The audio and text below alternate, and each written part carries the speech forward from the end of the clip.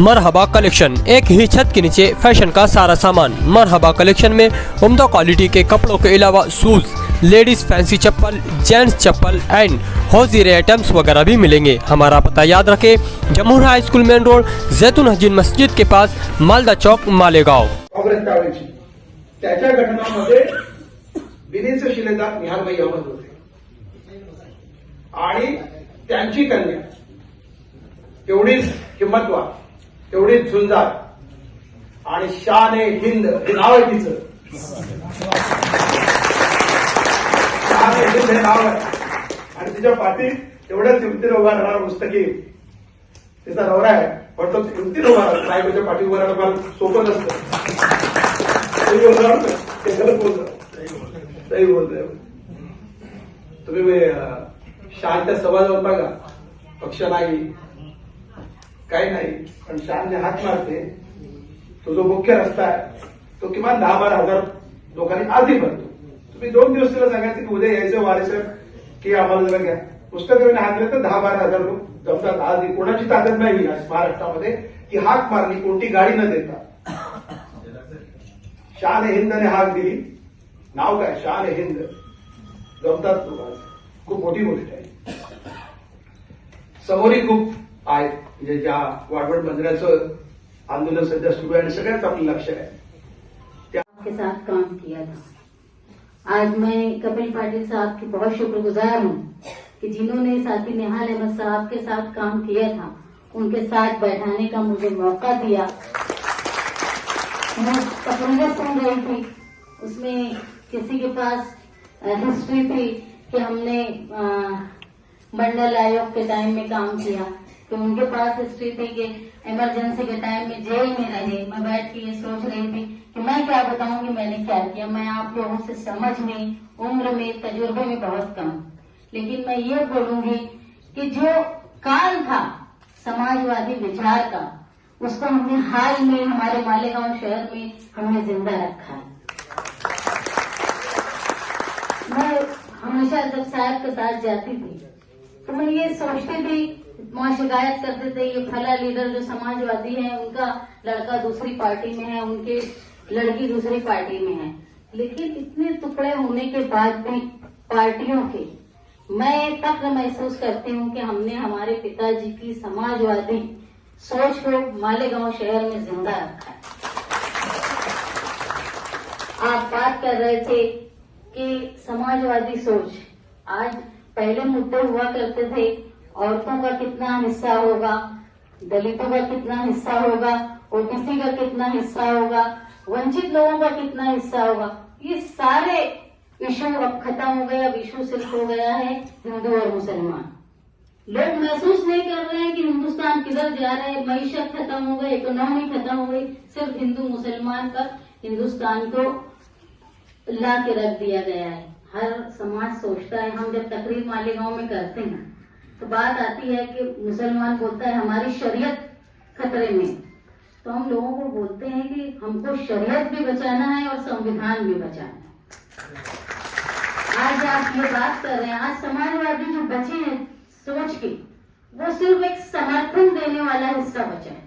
कोई मजबूत आ गया, जो बड़ी लकीर खिंच गई कम्युनिज्म की, उसके सामने जो छोटी लकीर कम कम्युनल दिखते हैं, उनको समर्थन देने का काम तुम सोशलिस्ट समाजवादी लोग करते हैं। मैं कपिल पाटिल साहब से विनती करूंगी कि अब हमको समर्थन देने वाला नहीं बनना है, हमको हिस्सेदारी चाहिए।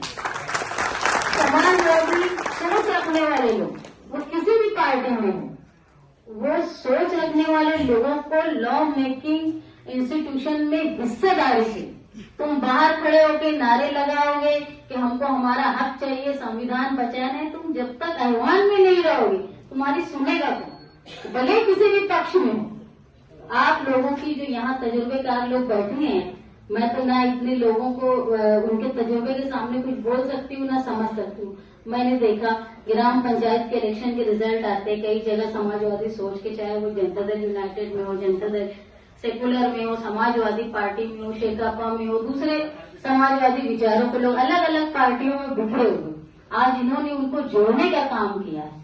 तो आप ये काम को खत्म मत करो एक मुड़ावे से, एक प्रोग्राम से, इसको आप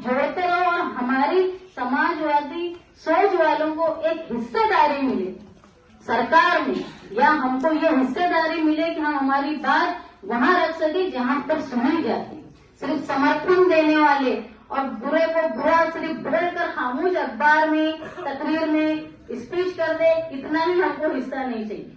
हमको बोलने का हक चाहिए। वो आपको मैंने बचपन से देखा है कपिल पाटिल साहब को, वो जिनको बोलते हैं गोटियां बैठाने में बहुत माहिर रहे।